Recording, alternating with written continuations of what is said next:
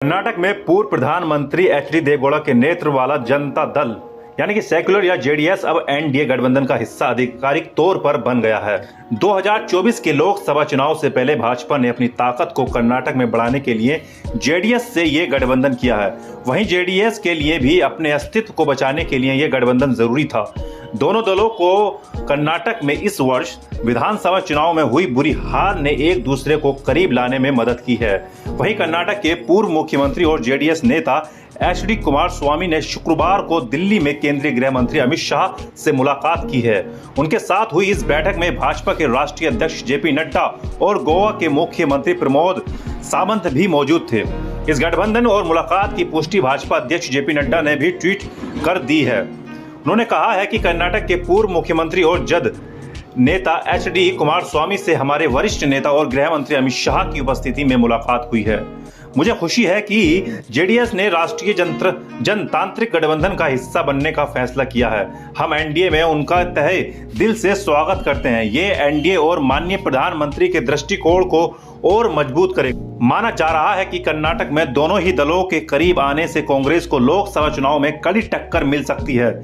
इस महीने की शुरुआत में भाजपा के पूर्व मुख्यमंत्री और भाजपा की राष्ट्रीय कार्यकारिणी के सदस्य बीएस येदियुरप्पा ने दोनों दलों के गठबंधन को लेकर दावा किया था। उन्होंने कहा था कि भाजपा के राष्ट्रीय नेता कर्नाटक की 28 लोकसभा सीटों में से 4 जेडीएल के साथ साझा करने पर सहमत हो गए हैं। उन्होंने कहा था कि भाजपा और जेडीएस का गठबंधन होगा, इससे हमें बड़े पैमाने पर दोनों ही दलों को मजबूती मिलेगी।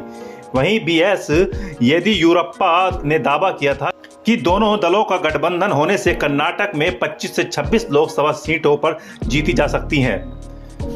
आपको बता दें कि 2019 के लोकसभा चुनावों में भाजपा ने कर्नाटक में 25 सीटें जीतकर अपनी शानदार कामयाबी का परचम लहराया था। इसके साथ ही उसके समर्थित निर्दलीय ने 1 सीट पर जीत हासिल की थी। वहीं कांग्रेस और जद ने 2019 का लोकसभा चुनाव साथ मिलकर लड़ा था। उस चुनाव में कांग्रेस 21 सीटों पर और जद 7 सीटों पर लड़ी थी।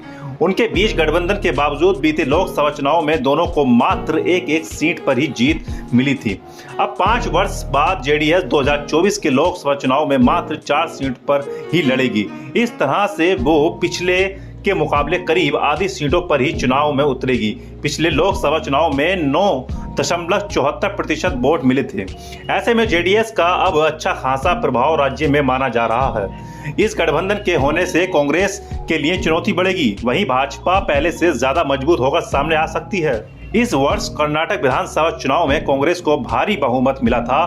कांग्रेस ने 224 सदस्यों वाली विधानसभा में 135 सीट जीतकर अपने दम पर सरकार बनाई है।